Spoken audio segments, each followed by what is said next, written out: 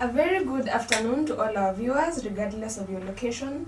Today is the 25th of November 2025, and we welcome you to Younib TV News at 1, broadcasting live on Younib TV. I am your host, Eunice Mutua, as we present some of the leading stories covering topics from politics to county issues. Before we indulge into those, let us first review the stories that are currently making headlines.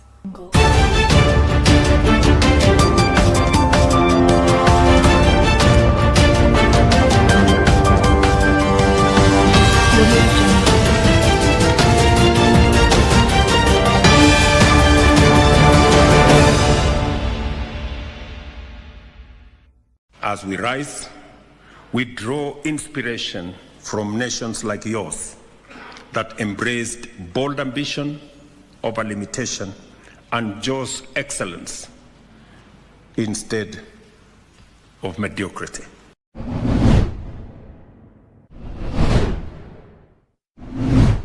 Indeed, we are looking forward to conducting and concluding a memorandum of understanding in higher education and TVET between our two nations.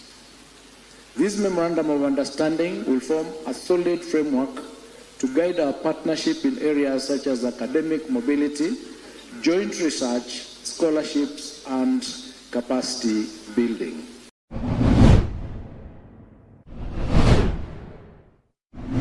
Bado tunahitaji barabara zaidi za lami, bado tunahitaji stima zaidi, bado tunahitaji maji zaidi. Na huyu wa Muthende nimesikia akisema yeye akishika usukani, kwa sababu atakuwa mbunge ambaye ako na uhusiano na serikali kuu, atakazana tuongezewe barabara za lami.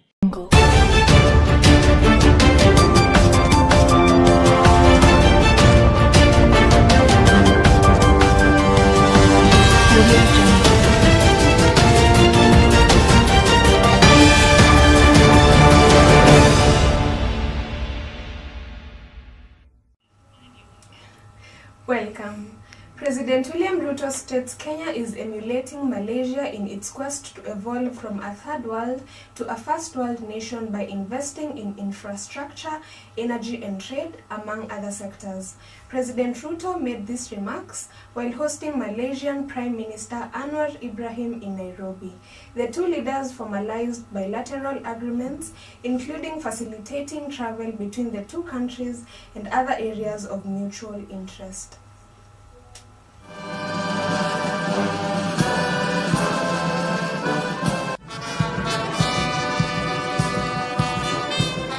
This is not just a normal diplomatic engagement.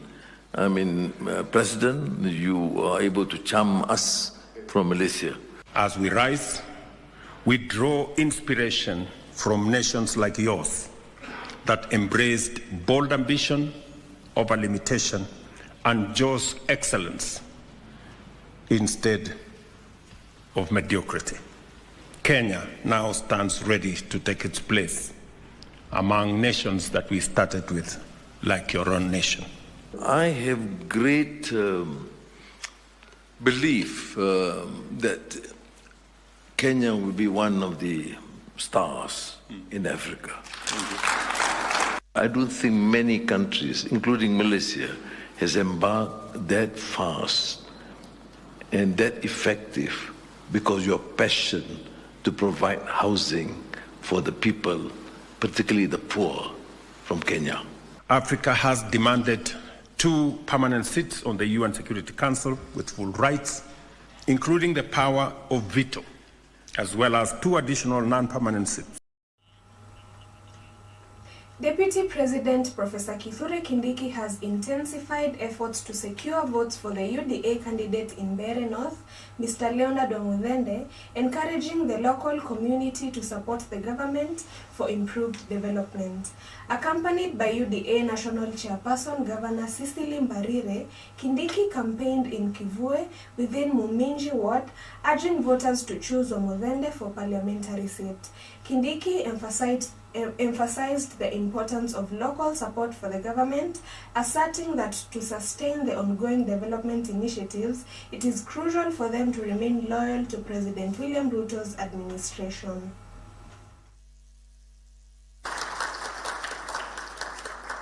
Indeed, we are looking forward to conducting and concluding a memorandum of understanding in higher education and TVET between our two nations. This memorandum of understanding will form a solid framework to guide our partnership in areas such as academic mobility, joint research, scholarships, and capacity building. This forum also speaks to our collective ambition to strengthen South-to-South cooperation in education and research, leveraging on comparative strength of our nations to address shared challenges such as climate change, digital transformation, and youth employability. It's important because whilst we're craving, in Malaysia, for example, both we have Ministry of Education and Higher Education, I emphasize this point. The love of scholarship, yes. New technology, we cannot lose out. We have to get our students to master artificial intelligence and digital transformation and this new energy transition, because that would, there are fundamentals in terms of economic development and progress. But we cannot lose sight of human dignity, value, and ethics. The hardships, it is good that we will deal with the hardship. It's a new partnership. Remember, the reason why we're here is to make sure that we change. Kenya has reiterated its dedication to delivering quality education to its citizens and enhancing global partnerships in higher education as the nation hosts the inaugural edition of the Malaysia Africa Higher Education Forum. Education Cabinet Secretary Julius Ogamba stated that the forum provides a distinctive platform to contemplate how higher education institutions can lead transformation by promoting academic collaborations. Tunahitaji barabara zaidi za lami, bado tunahitaji stima zaidi, bado tunahitaji maji zaidi. Na huyu wa Muthende nimesikia akisema yeye akishika usukani, kwa sababu atakuwa mbunge ambaye ako na uhusiano na serikali kuu, atakazana tuongezewe barabara za lami, tuongezewe pesa ya stima. Berenos, mko tayari? Tuko tayari. Ndawa, mko tayari? Tuko ready. Mutatuma huyu jamaa bunge? Tumwapisha Ijumaa ijayo? Mkitupatia Muthende, mimi nitakuwa pamoja kwa kazi na yeye, nimuonyeshe kazi ya soko imefika wapi hapa Mbeere North. Tunajua mahali serikali iko ni kama kuambiwa ng'ombe iko na maziwa iko ndani ya joki na ngoja kukamuliwa. Unaambiwa tiondoe, sisi tukija tutaweka ng'ombe ingine mimba, itapata mtoto na utapata maziwa. We will do all the necessary points in our capacity to ensure that we conduct free, fair and credible election which is transparent. Nairobi Governor Johnson Sakaja has justified his choice to transfer hospital deposit accounts to CBN Bank, asserting that it provides more favorable rates compared to other banks. While appearing before the Senate's Devolution Committee, the Nairobi Governor mentioned that the county government is contemplating the relocation of all its accounts to CBN Bank. It is a concern. You move from a bank that has an asset base of 1.9 trillion, for instance, with customer deposits of 1.4 trillion. You would think that there would be safety in those numbers. And then you go and put it, our money. This money belongs to the people of Nairobi, to some entity that is doing less than even our total asset base as a county. If we were a bank, Governor, if we were a bank, what is the total asset base for our city? It's in the trillions of shillings, you know? So it doesn't make sense. It's an administrative decision, yes, but we would want to see that conversation. I don't think any bank should be discriminated against. The procedures were followed. The PFM talks about how accounts are opened by counties. That was followed. I don't think anyone has a greater right, or any institution has a greater right. There is no law that says bank with equity or with co-op or with cooperative. So long as you looked at the risk involved and the deal, a better deal to the county in terms of processing, salary etc. We're confident about that, and it's a decision that we've made. Chair, the number of banks that a county can open, you're the ones who have legislated on it. You have said Number one, for instance, for every health facility, open an account. So if you have 300 hospitals, you'll have 300 accounts. We are going for a short break, but we'll be back with more stories. Stay tuned.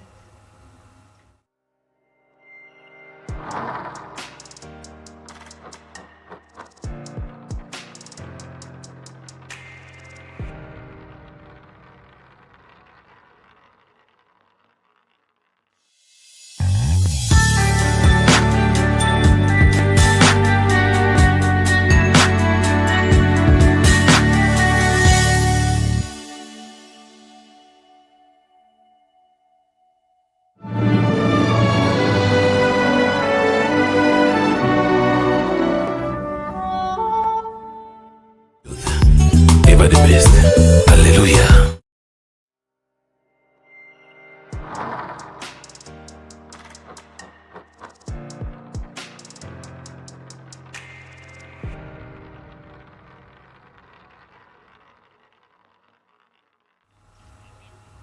Welcome back.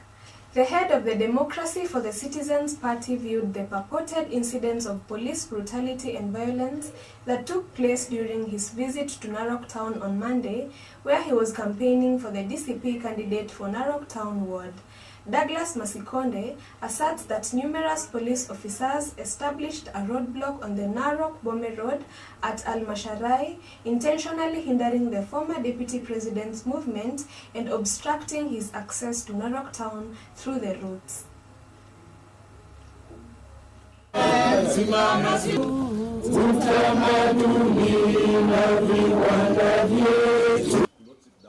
Even as Tanzania faces the atrocities it is facing, I think today Kenyan civil society have written to African human rights. Baada ya Thursday, tutabaki tukiwa jamii moja, tutabaki tukiwa ndugu na dada. Wewe mtu ya mitego, wewe mtu ya kisirani, wacha kuleta mambo ya kuchafua wananchi hapa na kupiganisha wananchi. 27 tutafinish Tumalo na tunaingiza nani? Tutauzua waka kweli. Hata mkitupa mawe. Kuja nini? Sikuna muko naye. Si mtapigia Maskonde. As we all understand, the government is committed to excellent, not only services, but excellent services to her people. And every government will always take pride when the people are served the best way possible. And we can only serve well if we come together as one whole, formidable team.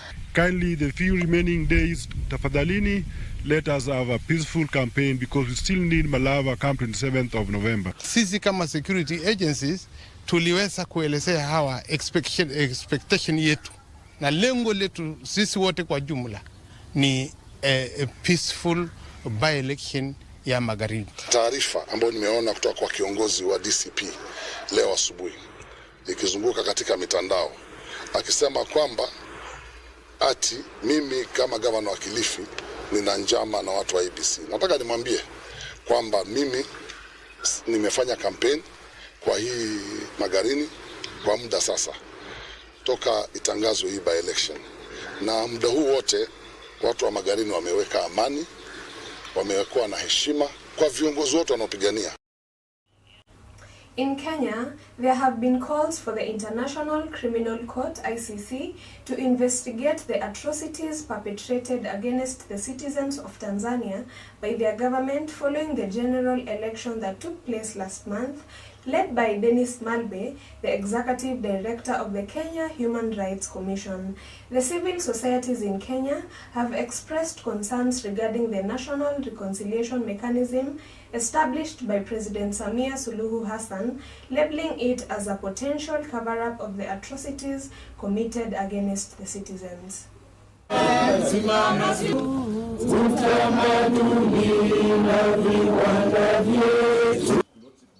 Even as Tanzania faces the atrocities it is facing, I think today Kenyan civil society have written to African human rights mechanism to come in and speak. So we are here to pledge that we will continue the good legacy of Baba, the human rights defender, the whistleblower, the Pan-Africanist, the feminist. And we are therefore calling for accountability on Suluhu, because its conduct actually is a gross violation of human rights. And also this idea of also mismanaging elections, and then when people contest the outcome, you also violate their rights. It's also something we are looking into. So as actors in that space, actually we are calling for the International Criminal Court to intervene, because we understand the national reconciliation mechanisms are not able to investigate atrocities committed by a sitting head of state in Africa.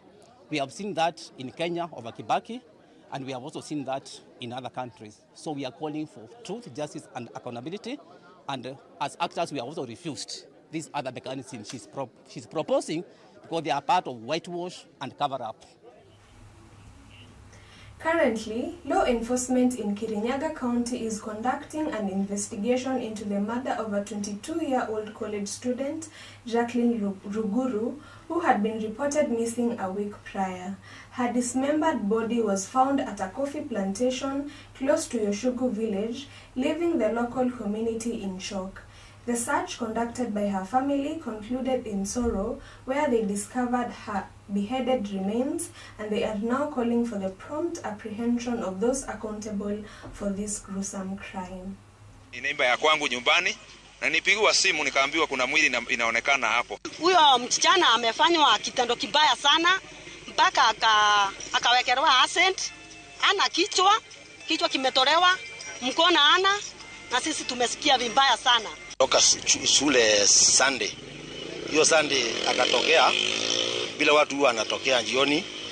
Akaenda mpaka Kiamutugu vile tulifuatilia tukasikia. Sasa hakurundi.